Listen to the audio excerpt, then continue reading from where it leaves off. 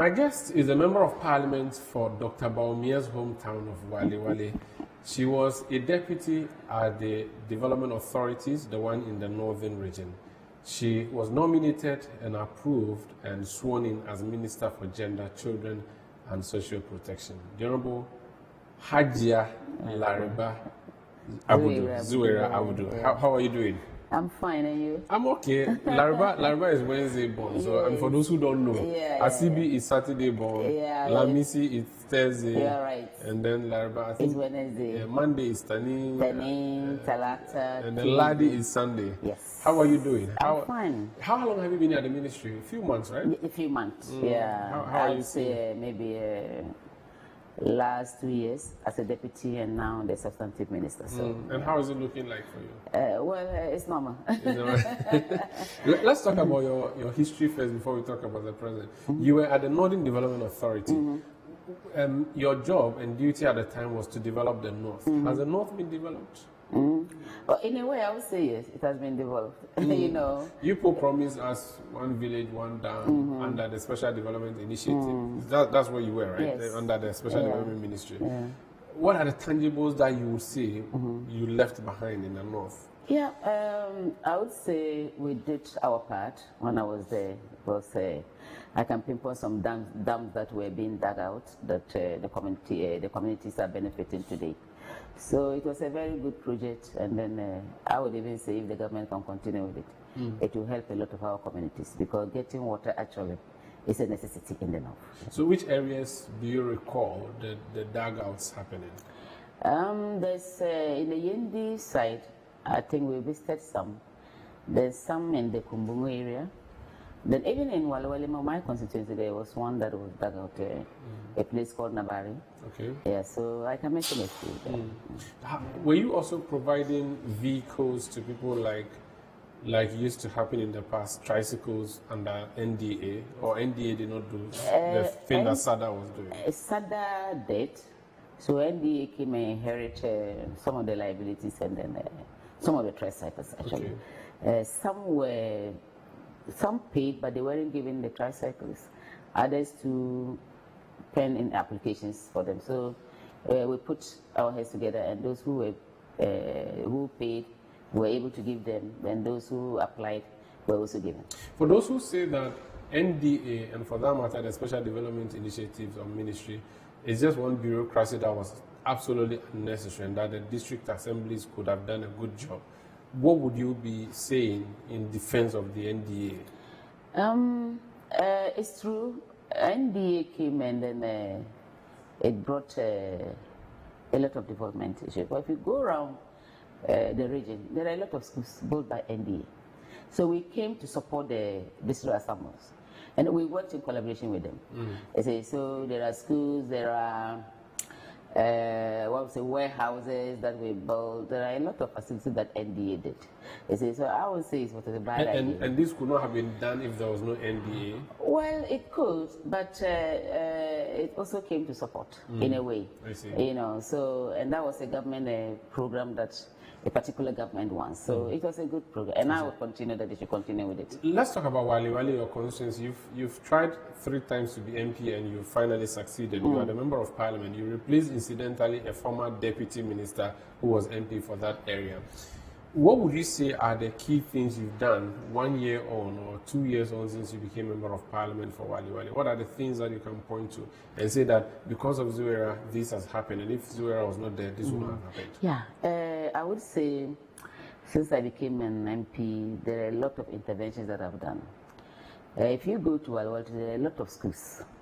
That's through my effort that we have been able to put the school, through NGOs, through philanthropies and all those things. There are a lot of renovations that I've also done. Some schools who were very updated, I'm able to do that. Some hospitals, you know, and then I'm even going to give some hospital equipments. And this is through my loving. You know, as an MP, you see, people mix the two.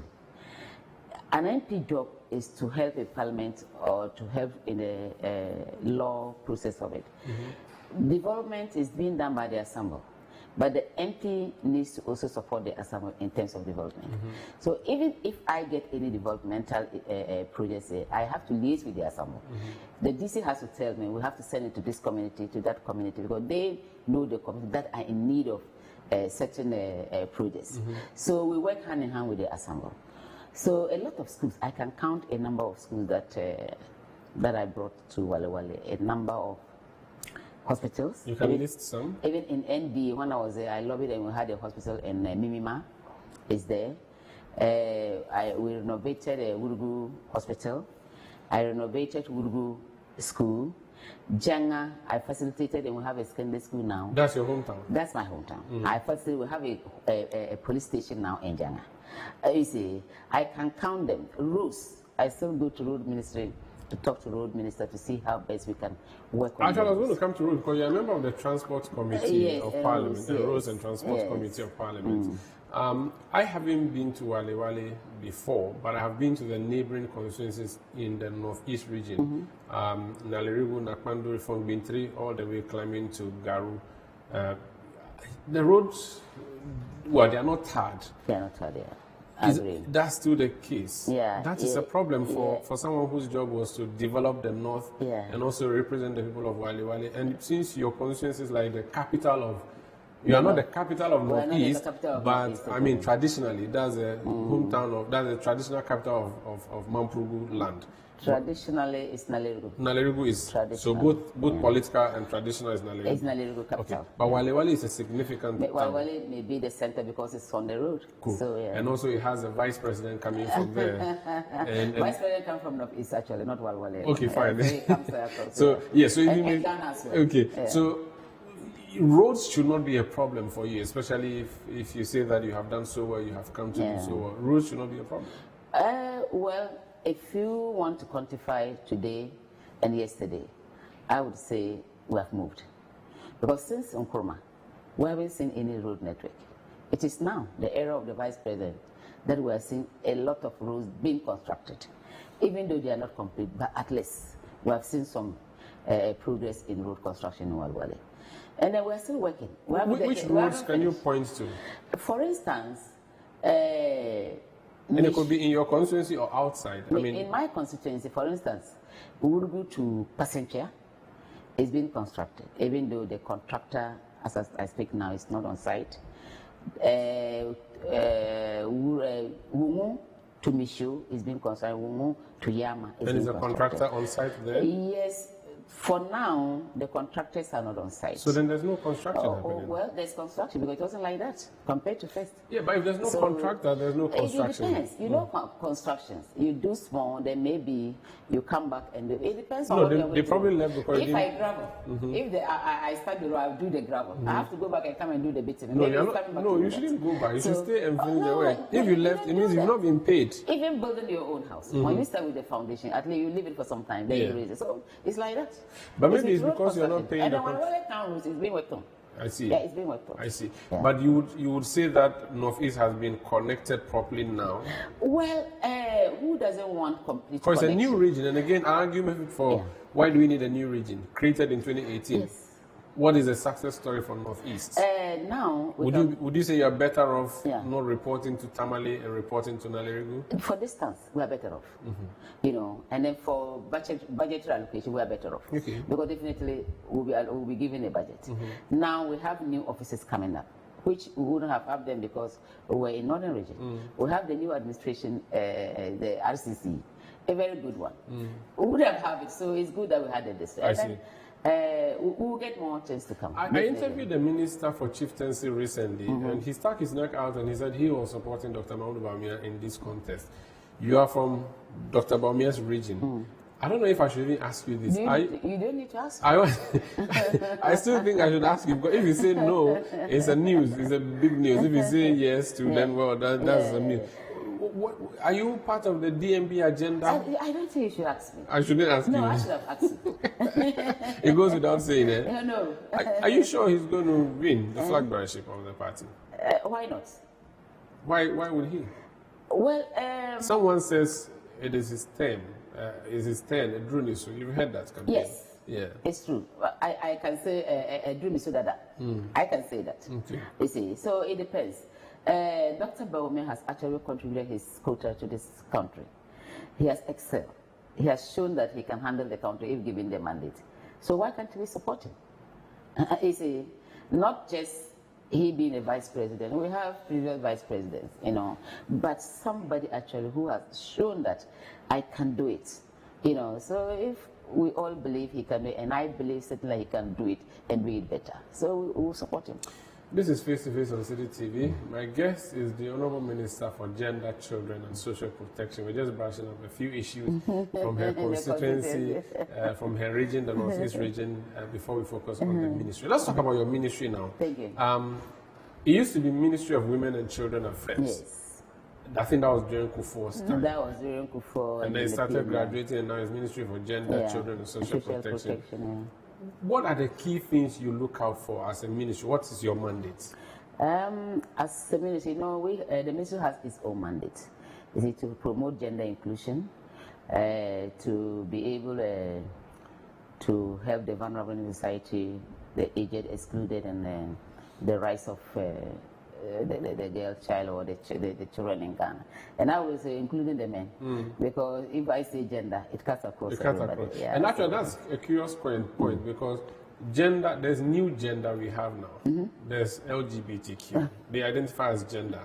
Does your ministry have any specific role you play in that? They're asking for their rights to be protected. Is that something your ministry would be doing or has been doing? No, because our laws are not yet. The laws doesn't give us that mandate actually for now. Okay. So the ministry doesn't have a focus on that? Not yet. I see. Not so yet. For you, it's a woman, as we traditionally know it, a man, and then a child. And the children, and the vulnerable, the disabled, and all those communities now. Okay. As the mandate stands. Yeah. You have departments. I remember during COVID-19, there was a department at your ministry that was distributing hot meals. Talk to us about those various departments you have and what roles they play. We have the DV, that's the domestic violence. We have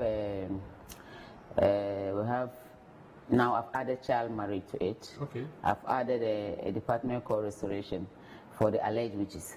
We have added that one too. We have the gender department. So let's break it down. So talk to me about the child marriage department before we proceed to the witches, and tell me what you've been doing in those sectors. We normally get cases of children being betrothed to some elderly men, and then we realized that the numbers were huge, so we have to get a responsible person for that. So anytime there's a case of that, we let the team go to that area and then try to talk to the parents. And if the child is going to school, we send the child back to school. If she's not, we make sure that she be enrolled in school. What is the law on that? What's the law on child marriage? Yeah, the law frowns on it, but we need to fine-tune the law. You know, at least a child of, the law says 18 years or 18 to 16 years before you can get married. So you shouldn't be 13 and then they will give you out to be married. That one we can come to your But when you say you should be fine-tuned, what do you think should be done or added? We need to let parents know that the law exists, so we need to do sensitization, and then we need to let the law bite. If a parent insists to do that, the law should bite, so that children will be in school better than girls. Have you considered what causes these child marriages? Some is just ignorance, some too is just some outmoded cultural practices. That's where I'm coming from, you know. It's a big deal then. For now, I don't think, because now the world is very open and they also follow what is trending. And then children are now fighting for themselves. Because some of them report their own. They come to report. How about poverty? It doesn't play a role? Poverty plays a role. I would say, yes, it's true. Poverty plays a role. Because if you have them 6, 7, then somebody who is a bit well-to-do in the community, you know, you think that he can help the family, then it plays a role. It plays a role. How are the cultural practices marrying with the law? So the law says don't do it, but this cultural practices is allowed. How are you able to deal with these clashes? That you let them know that there's a law. A lot of people don't know there's a law binding this. So you let them know there's a law. And then when they, our people don't like going to court. So when you start processing them, then they allow you to let the girl go back to school. On 2 or 3 cases, I realized that they don't want to go into court at all. Oh, let her go because we don't want issues. Some of them they don't understand. You see, so you need to educate them, let them understand that this girl. And for now, a lot of women are also coming up in leadership positions. So it serves as role model to some parents. And then just the day before, I said somebody called me that. He's doing an adoring. And I said, well, what did you have? I said, girl. I said, that you have given birth to Lariba, so make sure that she grows up. He said, you were so happy. So I'm there. People will look up to you, and the girls themselves. If you come to Wale Wale, if we are going to talk of, if you want to know who is Ajia 1 is Wajela, just ask the lecturer. They all know me, Ajia 1, Ajia 1. So that means they are looking up to me, and one day I know they will be there. Your neighboring constituency is Lariba Gambaga. Yes. Gambaga has what is called the witches' camp. You said that's also part of the project you are looking at as a minister. Talk to me about what you've been doing so far. Yeah, we have been visiting the witches' camp. Even my predecessors did before I came. And then last year I went there, and this year, just last week, we were there. Yeah, so my ministry actually, we have been supporting them. The last time we went, they went with foodstuffs, clothing, and all those things to support them. This time we went again with, I went with foodstuffs and some clothing to support them. Then we have now enrolled them into the LEAP, the Livelihood Empowerment Against Poverty. They are now being enrolled, so they also take the cash grant, as well as the lepers in Ghana. The leprosarium here has been enrolled too. The vice president said we should do that, and we did that. So you can see that we are actually helping them. For those who don't understand what the situation is, it that you have a camp where women are packed, women who have been accused of being witches? Is that the situation? Or it's a community that has been, what's the picture like? And how are you, why not reintegrating them? We have done that with the caregiver. The last time I went, he has integrated about 120 something of them. They are living in your community. They are just living within the people. It's not an isolated place. No, they are just living within people within Gamba. But are they fenced or walled? No, the way our houses are, they run house. That's how they are, and they are living in it. But so they're supposed to be isolated over there? No, you come and then it's a whole community, so you live within the community. If it's not that I live in people's homes, I can say, okay, come and live. I have a room, come and live with me. You see, it's just like a temporary safe place for them. And we don't want to subscribe to that, because at least somebody should be able to live in your own comfortable home. So the last time I was there, a lot of them expressed interest to go back, and then we are working at it. And about how many women are we talking about here? The last time we went, I would say about 90, because there were 4 men, making the 94. So there are 4 men. And now 4 men too have been accused. So they are also wizards? They say they are also wizards. Is it a cultural thing? What do these people say themselves? They also have been accused. What do they say? Say it's very pathetic. If you hear some of them, their stories, it's just ignorance. Because the lynching that they did in Zapalsi, there's a woman who had a toothache. And according to them, you don't send toothache to hospital. So she was being housed there, given concussions, till she couldn't even breathe, and they were still keeping her. Then somebody said, oh, this woman has some substance. Let's just give it to it. It can help burst something. They went and picked that substance, and then it even increased the pain the more. The following day she died. They said it was the one whose substance that was used. And she was lynched. The lynching thing, it's a problem for you. Very. How are you dealing with that?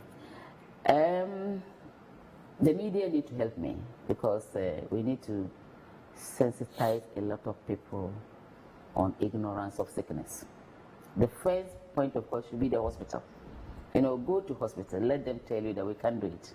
But you start treating locally, and then these are medicines that are not measured. You don't even know the quantity, you don't know what it is. Then you sleep and you dream that you have seen Morrison and you're dreaming. Normally that's the case. Normally that's the case. They say they dream and see somebody in their dream, and that person is a cause. That is the problem. And then with women, I must say we should look at menopausal syndromes. The health sector. Educate women on menopausal syndrome. Because when the hormonal changes comes, there's a lot of things that go through you, hot flashes, and you behave abnormally. You know, if you know your mother who was a calm person, and then later on she's noisy. So these are things that I think health should look at it and do a lot of education to men and women. Let their spouse know that at this point in time, your wife is going through this thing. So if it comes that way, I need to take a break. But just a quick question: your ministry has been lying fallow for a long time since your predecessor went AWOL. Has that affected your ministry in any way? No, it wasn't lying fallow. We were working. There was a deputy. But there was no minister. But there was a deputy. But there's a reason that we put ministers above deputies. And that's why we put deputies. Yes, but deputies can only do so much. There's a document in your office that only you can sign. Your deputies cannot sign. You know that. So you have technical men to support, and they were working. So then we don't need. So I was working. Because there was a caretaker minister too. So the ministry was. So the ministry was not troubled at all. No. You sure? No. Then we shouldn't have put a new minister there. Well, just to there was a substantive minister, you have to augment that one. That's what we did. Otherwise, it was working. I see. So we shouldn't have been here if it wasn't working actually. I see. Oh yeah. This is Face to Face on CDTV. My guest is a working minister for Gender, Children and Social Protection, Honorable Zuweira Abudu Lariba. When we come back, we'll talk about the vexed issue of school feeding. Please stay. If you're a whiz kid that collects straight A's in your sleep, a brainy brains that aces quizzes without even trying, or a clever clogs that knows just about everything, then there's one more battle you have to win. The Literacy Challenge. The nationwide search for the best junior high student is on. Think it could be you going home with 10,000 Ghana cedis and a glitzy trophy? Then, in not less than 600 words, write a story that ends with the following statement. The happiest people do not have the best of everything, they make the best of everything they have. Stories should be written in your own handwriting with the deadline of Saturday, the 15th of July 2023 in mind. Submissions must include an endorsement by a parent or guardian and their full contact details. And once you're done, shoot off your entries to the front desk of City TV or City FM. Or you can send entries to PO Box GP 14123 Accra Central. For more inquiries, call 0558 973 973. The Literacy Challenge 2023 is powered by City TV, supported by City FM, and is sponsored by the Ghana National Gas Company and Ribby Crunchy Biscuits by M4 Foods.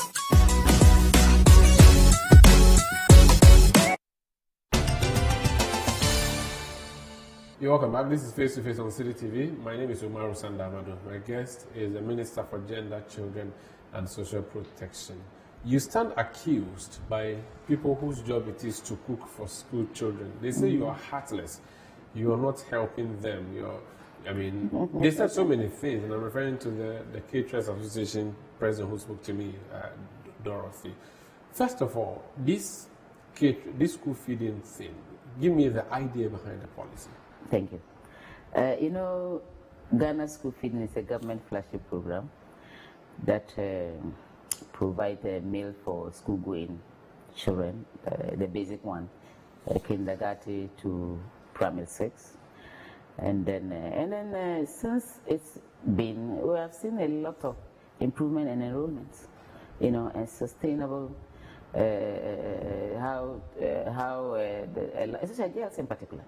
We now have them in school because of that. So to me, it's a very laudable project that President has introduced, and then it has also supported farmers a lot, because we have a very huge number of caterers who buy produce from the farmers. So it has increased market production and all those. And so it's a very good project. How is the implementation done like? And how do you select which schools benefit? Because not all schools in Ghana that benefit, yes, right? Not all So schools. how do you select the schools, and how do you do the implementation? We are looking, the GES looked at where we had low enrollment, this one, so that when you introduce, you can increase the enrollment. And the northern part actually has been beneficiary, a huge beneficiary, because you understand where we are coming from, the poverty rate and those things. So northern part is huge. And then if you look at the southern sector, the Bruno East and all those things, it's very good. So the GES would definitely give you the schools, that these schools can be enrolled on the school feeding. So, but do you do any research that says that the people who don't come to school don't come because of food?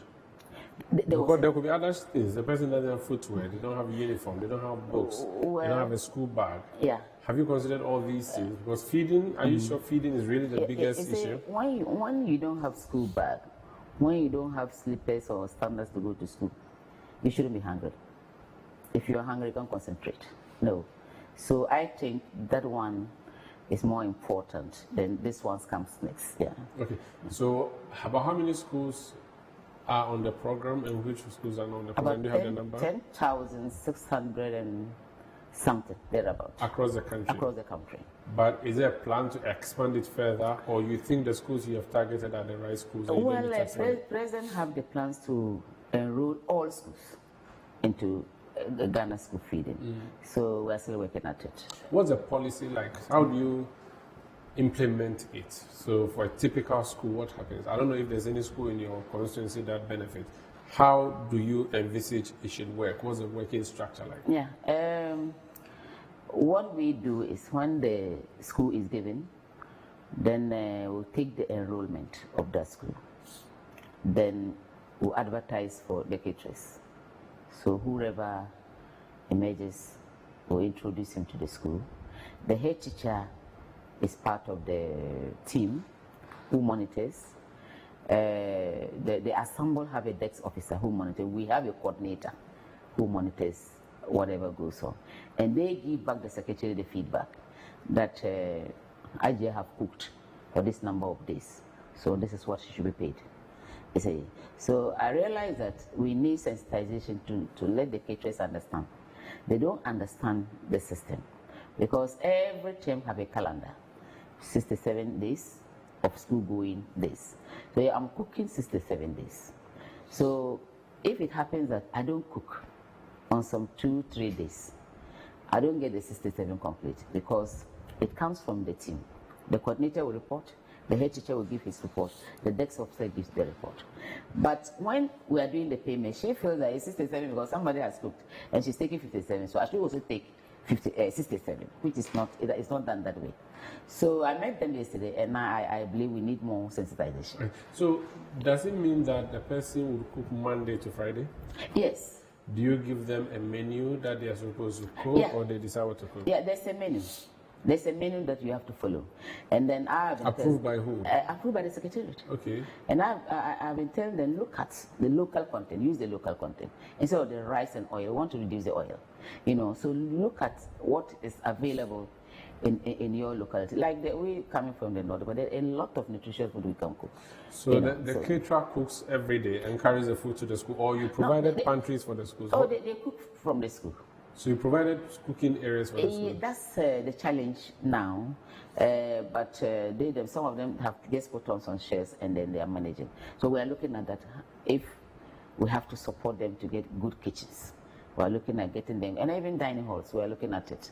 Okay. So that at least it will help solve a lot of problems. So when it rains, at time when you go to some of the schools, it's not a good thing. When I was in basic school, there was a canteen. They sold beans and gari, they sold rice, and they sold kinky. Yes. Why didn't you co-opt people like that and give cheats to the school children so that class 5, 17 children are in class today, you give them 17 cheats, let them go to the canteen and get food. That way it's easy to track. Why don't you consider that option? Why do you have to bring an external cook who is going to come and cook in the school and give to children when there are other people who are already doing that work? Well, it wasn't, canteens were not many in the country. It was specific schools, actually with private schools to me. No, my canteen was under a tree. It was normal canteen. Well, but at times it's very cost effective because there's a private caterer who cooks her food. How much is he charging? You need to know whether government can absorb. But this is government policy, and government is telling you, I'm paying ABC. Will you come on board? If you say yes, then You go by it. So the agreement is that you sign a contract. They say you cook for a specific school. You sign a contract. And you have to. And if you don't deliver the food on time and the days you are expected, is there any penalty? Oh yeah, there's penalty. When they report, we can take you off. We can take you. So some of them willingly say no. I can't do it anymore. Yeah. Who monitors it in the school to be sure that the cooking has been done for today's service has been done? The coordinator is there, the school feeding coordinator. And that person has to be physically present in the school? Well, if she's not even or there. It's a zonal person? She's a zonal person. So if he doesn't get to go to that school? The head teacher is there, and he's always there. How about the head teacher and the cook connive to say that food was served when food was not served? Well, that's bad. It's not a good thing. So if it happens... No, I'm just trying to see how well you're able to do your tracking. We're not trying to incorporate the children themselves. Maybe the school prefects should be part of it, and they can report. The quality of the food that you give them. Yesterday, the caterer who spoke to me on the news said, would you give that food to your child? Would you give that food, the one you see being served to children of, say, Wale Wale DA Basic School number 1, would you give that food to your child? Well, it depends on which school is cooking what. I don't know which school if she's a caterer herself and saying this. So why should she give that food to children? I visited some schools here, and we ate the food, banku. She did banku and okra soup with garden. It was so marvelous. You liked it? Oh yes, I did. And the teachers were testifying that she cooks well. How big was the bowl of banku? Well, very sizable. And then we even saw some of the children, they ate and left. Was there fish or meat in the Oh, she did, what is it, meat. She did meat. So I even asked her, so how did you get them? And she said, oh, I plan. It's planned. That is, normally cooking is about planning. Even within our own home, you need to plan. Are you sure she did not do that beautiful sumptuous meal because the minister was coming? She wasn't even aware we were coming. She wasn't aware? No, I went with my caretaker. She wasn't aware. But we were just touring the school. The coordinators knew that you were doing a talk. We didn't even include the secretariat. My caretaker, when she was there, she said we should go to a particular school and see what they were doing. And we went. Myself, my caretaker, and then my chief director. It was not like there's a plan there. No. I see. Yeah. Have you asked yourself if the meal you saw, which was very sumptuous, can really be covered by 90 pesos, which is the amount you give to them? I would agree that the amount is inadequate. You know, that one I would agree. 90 pesos is less than what the price of... One city. Now we have moved from 1 city. 1 city, 20 pesos? Yes. That's 2 sachets of water. So we have increased. There's an increase. 30 pesos? There's an increase. 30 pesos can't buy Tom-Tom. I said Tom-Tom costs 50 pesos. There's an increase. You see. So, and we are still talking with finance. Honestly, I'm just looking at the number. 1 city, 20 pesos. What can that really buy? 2 sachets of pure water. Yeah. They will That's do all. something. You can, if you wanted to buy a banana, that would be 1. Yes, 1 finger. Yes, 1 finger of banana. I'm even imagining, you can even get orange. Okay, orange I think is 2 cedis. How are you really believing that 1 city, 20 pesos should feed school children? Please explain to me, let it make sense to me. Yeah, you see, you are not buying the item 1 city. I'm buying, let's say, if I'm cooking 5 bowls of rice, that's 5 bowls. You understand? And then a bowl of rice is, let's say, is 20 cedis. And a bowl of rice can give me, let's say, maybe 40 people can share the bowl of rice. You see how you quantify it. You see, but it's not the 1 city that you are looking at. Okay. So that's how it has been done. The people who do the cooking, they say that based on their calculation, 3 cedis is the best figure that they can work with. You are not the cook. Maybe you can manage with 1 cedi 20 pesos, but the cooks say that 1 cedi 20 pesos is a no-no. They want 3 cedis. What do you say to that? Well, I'm not the final arbiter. The petition has been brought to me. I also do consultation. If it's granted, why not? Do you have money to pay 3 cedis as a government? It depends on finance. I don't pay, finance pay. So finance, if they have the muscle, they will pay. But what do you think? What do you know what's happening at finance? Well, I'm not working there, so that's what I can tell. Have you had any interactions with them? Are they willing to go that high up? Come again? Are they willing to go to 3 cedis? Well, we are still talking. So when whatever agreement, we will let them know. How did you arrive at 1 cedi 20 pesos? Because it took you time to move from 90 pesos. Yeah, because it has to go to Parliament for approval. It was in the budget, so Parliament approved it. So even if there's anything that we have to go back to Parliament again. Are you defending the 1 cedi 20 pesos? I'm not. Do you think that it is woefully inadequate? I wouldn't say willfully inadequate because they were cooking with 1 cedi and we've added 20 pesos, even though it is not adequate. But like I explained to you, you are not doing 1 cedi, you are buying something in bulk that can feed a number of people. It's quantitative measure and you try to play around. Yeah. Now, as if that is not problematic enough, the caterers say you have not paid them for a number of terms now. She specifically said you are heartless. How do you respond to that? And that if we are not heartless, yes. you wouldn't refuse to pay their money so they take care of their husbands and children. Yes. Well, if you are in distress situation, you will say anything. Because I don't control the funds. The funds release to me, and I also release the funds to them. And then we are just owing 2022 30. We have paid first and second term. It's 2022 30. They say it go way back beyond that. No, you see, if they said it go way back, I hear them keep saying 2017, 20 then to 20 then, and we ask them, bring your documents. I've asked them, they said, I've put a tax officer at the secretariat, send the documents in. People come with documents and say, well, I paid ABC and I haven't been paid my money. Then when we look at the documents and it's correct, they pay you. Some of them even don't have contracts. It's just like someone that asked me to cook, it will help me. You don't have a contract. There are issues that they themselves, they know. They said when they were here, I made them to understand. You understand the issues better than me. So let's come together and see how we can solve it. Some of you don't have the contracts. Some of you, with the figures that they give them, are not realistic. Because like if you go to a school, then the head teacher gives you 200 beginning of the term. That's the enrollment that he has. I have factored that enrollment in finance. They are paying you 200.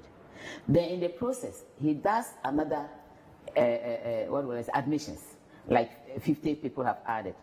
Then you think that if I add the 50 to my cookie, I'm going to get 250. But already I have been given 200. So if I'm paying you 200, you say I've cheated you. I explained to the day and I said that's like this. So they say that the arrears goes way back to many years ago. Yes. You were saying it was just the last term of 2020. How can you have not paid that one? Which one? The last term that you say you know of. Today we are paying that one. You are paying to them today? Oh, yes. How much? What is due them? You're paying everybody? We are paying everybody. For, unless those who have issues. For the third term of for the 2022? third term of 2022. You're paying everybody? Yes. That notwithstanding, they are still on strike. How are you managing the schools now? Because they say they will not cook. And even if you finish paying them, they will still not cook unless you raise the figure to 3 cedis. I'm happy that some of them are cooking. Some are cooking? Oh, some are cooking. Not all of them. Which areas? Not in Rig in particular. When I went, they are cooking. They are cooking? Yeah, even in Accra and elsewhere. Some of them, some. The woman who spoke to me is from Kumasi. Well, but even Kumasi, some people are cooking. But they've said that they will not cook. No, well, that's what she says. Whether it's binding to all of them, I don't know. And that's the problem. Because those who don't cook, we know. So if you are not being paid, then you don't argue. Why did you recruit NPP members or NPP women? You sure? To be, yes. Really? That's what she said to me. I'm not She said all of them are NPP coordinators and women organizers who have been given the contract to cook. That's from the horse's own mouth. Do you normally believe all those stories? Because she said, I don't know. Yeah, because I believe her. I'm dealing with 30,860 something caterers. How do I know their party affiliations? Oh, at the local level, the How party? do you know? Because I sit here. You recruit them. I sit here. Some ladies come with problems, and I know they are NDC members, known NDC members, but they come. Yes, and you help them. But this one, they said to me Yeah. that it is a common knowledge that they are all NPP women who have been given a contract, a thank you of a sort. Yeah, because this is not true. For the because this one was advertised. Yes. You pen your application, we shortlist you, we make you go through medicals, then we hire you and give you a contract of 2 years. Where does the hiring happen? Does it happen at the local level or the national level? Oh, it happens at the local level, transferred to the who are the members of the committee that does the vetting? Assemble is one, education is one, and then the secretariat is another. And the secretariat is headed by an NPP executive? Well, I don't know. I don't know. I don't I'm think sure so. you will know the structure. It doesn't matter. Are there new Patriotic Party members in the committees that? Everybody belongs to a particular party, right? But I'm hiring a number of people. How will I know that all these people coming up from one? In fact, and I'm quoting. Forgive me, but I keep quoting the same person. She's the president of the cooks or the caterers. They have a lot of presidents. She may not. She may be anybody who just want to muddy the waters. Because yesterday I had meeting with them, the Caterers Association. Have you met Dorothy? She's in Kumasi. So the president I know is called Charlotte.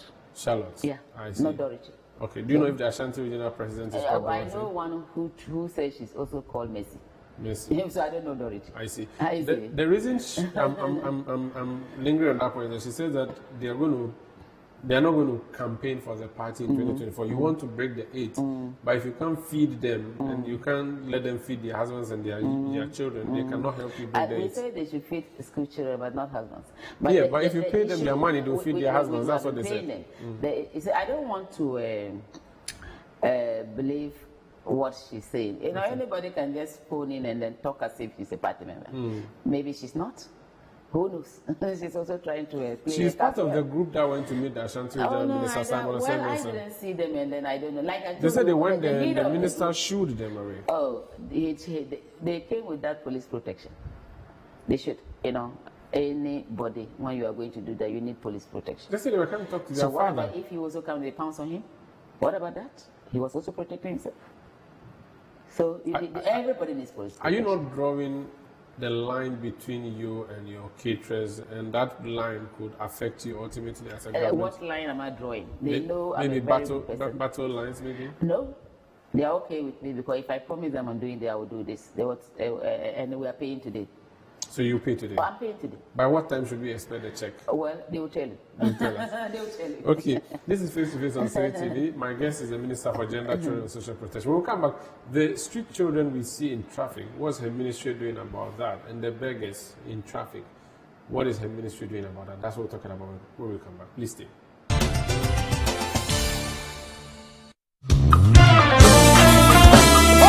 Are you ready?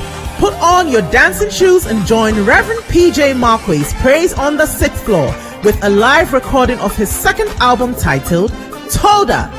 Ministering alongside will be Pastor Edwin Atodatsin, Pastor Isaiah Fosukwachi Jr., Perez Music, Joyful Way Incorporated, and Monarchs Praise. Venue, National Theatre. Date, Saturday the 17th of June 2023. Time, 5 p.m. Gates open at 4:30 p.m. sharp. Rate, absolutely free. Anticipate a powerful time in God's presence. Don't miss for any reason. Be there.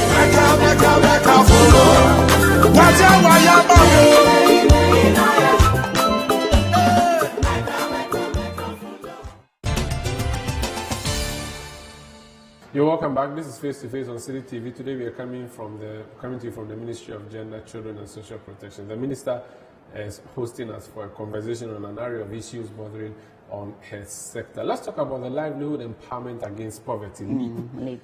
It's again a government policy. I think it was introduced by the Kufuor government to be giving money to people who cannot make it. I mean, people who need it badly. Yeah. What is the status now with LEAP? Yeah, it has traveled far because now the target is 1,100,000 and something. That's how many people are on LEAP? Yes. Households, not? No, people on LEAP. Okay. Yeah. Over 1 million? Over 1 million. You give them how much? I don't have the figures, but we have even increased the amount now. But is it a flat figure for everybody, or it varies? One household was taking 86, okay, and now they're taking 100 and something, 121 something. That is very small. Yeah, but 86 to 100 and is something. it for a month or for a day? Yeah, for a month. 100 cities, honorable. Yeah, but let me tell you, it's Omaro. Yes. If you visit maybe one of our payment, I will let you come. And you hear testimonies of the beneficiaries. 100 cities in a month? I know of a lady, a widow who had 4. The husband passed and then she was giving the money. Then somebody said, oh, do you know, go around, buy guinea fowl eggs and just sit by the roadside. And today she's big. When I go home, I buy my guinea fowl eggs from here. I see. Yeah, so it depends on how you use the money. It's not the amount. No matter how little, if you put some strategy to it, you can. How does a person qualify to be given that money? Like I've made mention of some widows. Maybe the husband passed and she herself can support the children. We can enroll them. 65 and above can be enrolled who don't have anybody to take care of them. Can be some orphans that some caregiver is saying we can enroll. Yeah, and now we have gone down to the lepers and then our unfortunate alleged witches. Do you have cases where people fraudulently join the scheme by lying to you that they are widows or something? So, and how do you deal with those things? How do you check? So periodically, like now, we are doing reassessment. So we do reassessment, and when we get them, we take them off. Does a person graduate from the program and leave, or once you're on, you stay on forever? You have to graduate at a point, because if we like this woman in particular, she can now be on her own, so somebody can join. How do you pay the money to them? Through the e-switch. They all will pay them through their momo. Okay, so you send money to the yeah. So at the end of the month, the person receives the notification receive the money, and the money and has come. those that we can get access to, we go there to the community. Do you train them with the money you've given them? So, for instance, do you give them skills training, or you just give them the money? They decide what they want to do. So some communities will give them skill training. Especially, I met one guy who said now he sells charcoal. With the little we give, he started from 1 bag, and now he moved to more than 10 bags. Yeah, so it's helping a lot. So the leap is necessary for us to have it? Very. We must not remove it. I wouldn't say even though the money that you I give, would even say if we have the resources, we should increase it. we should increase Yeah, it will cushion a lot. You are not running in arrears at that place? Not yet, no. We have sure. paid the last cycle. And anyway, this week we are going to pay. You'll be paying for the month of June? Yeah. Or the month of May? I think the month of June. You'll be paying for the month of June? I see. So it's effective? No problems there? It's effective, no. We leave. That's why you don't hear the noise. So there's no problem. Maybe they don't know who to go and make noise to. They are not an association. Some time back they also made noise. Some time back, but now it's cool. Okay, let's talk about the children on the street. What is your ministry doing about that? We have done a lot on this street children. We went out some time back with police and the media, tried to send them off the street. We were able to get some of them, and then we send them to Fadama area. Some of them are living around that area. Then there was a point we had a lot of them who came from the neighboring countries, about 400 and above. So we met with the embassies like Burkina Faso, Mali, to see how best we can send them back. And normally it's they complain of logistics, how to send them. So we were able to mobilize, and then they went back. And normally they go and come back. So we're looking at it, what do we do? And we are still talking with them in the embassies. You know how borders the way it is. How about the Ghanaian children themselves? Yeah, Forget the foreigners. Let's talk about the local ones, the Ghanaian ones. If you do the analysis, the Ghanaian children are not much. Most of them come from the neighboring countries. We did a research, and then either way, it's unlawful, right, for people to be on the street. It's not good. And the last time I spoke, why should you give a school-going a child money? Yesterday, when I saw a child in school uniform, and he was begging, why should I give him money? So it's business as usual. So the culture of giving we should also look at as Ghanaians. You see, so if you don't give today, I don't give. He stands there for a week and he does. So let's stop giving them. Let's stop giving the small ones. It's not good for us. You see, if you train the child that way, he will depend on begging, so who knows? Let him go to school. When they are there for 1 week and they don't get money, they will go back to school. You know, they know people won't give you money again, so why not go to school? People push them. So that their parents just sit on the tree and say, go and beg. You see, so we should also look at the culture of giving. What about beggars who are generally persons with disability? Yes. What about them? How should we treat them at intersections? That one, I would say government has to look at it.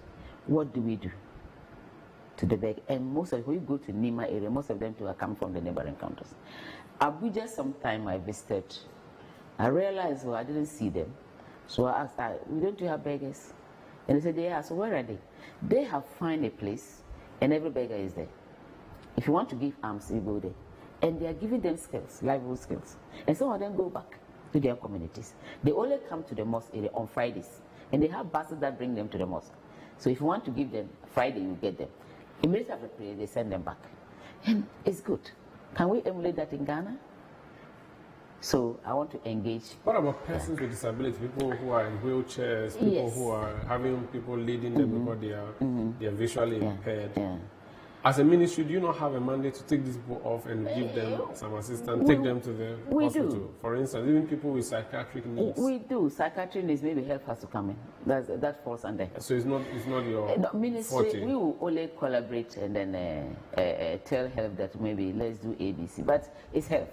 I wouldn't be able to say ABC is smart or something. So they have to do the medical and let us know.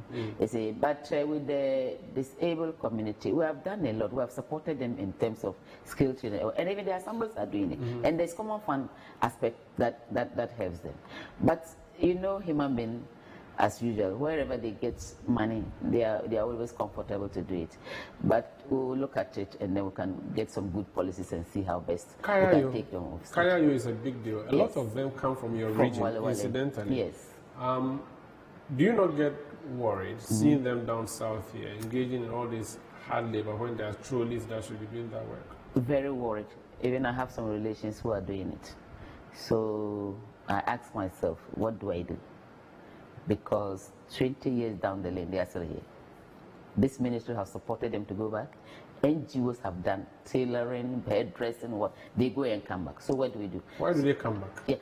Yeah, some of them is just like as a business as usual. Is it not the case that you have not fixed their homes for them? If you fix Wale, they will not bother. Let me tell you, I know some of them. Say I have relations. Some of them comfortable home. I don't know why they are here.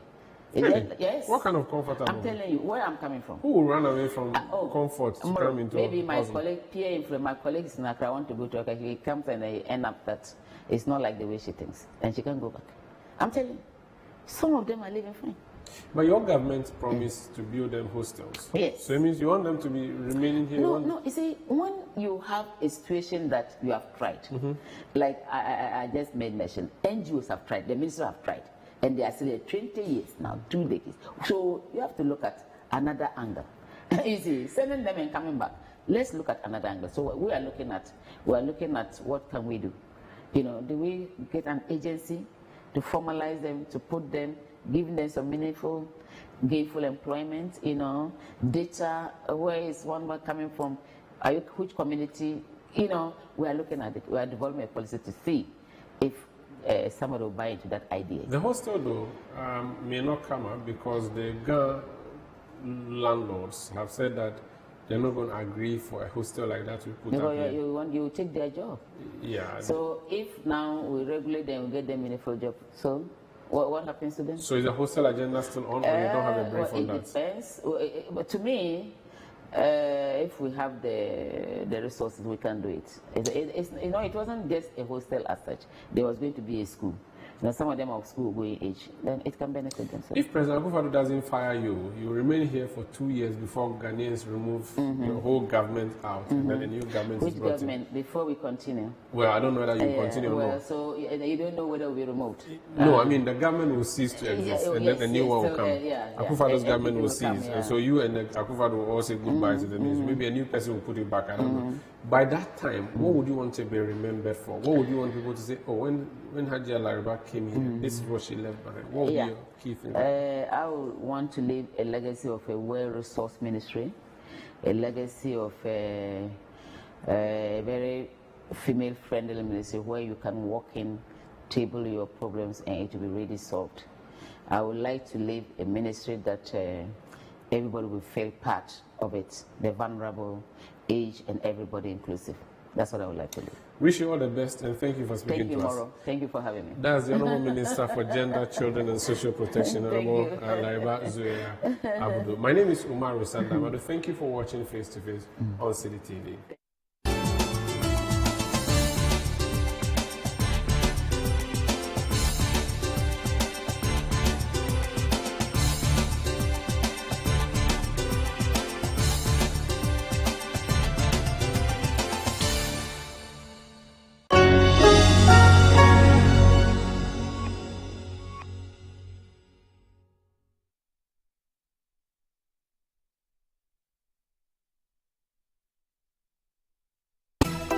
The Voice Factory Season 5 is on, and this has been the journey so far. The excitement. What is the best way to pray? What shall I say now? I swear. No, I'll give you a standing ovation. We will give you a standing ovation. I couldn't even sit. Like, I couldn't even sit from your voice. Like, I'm crying right now. The disappointments.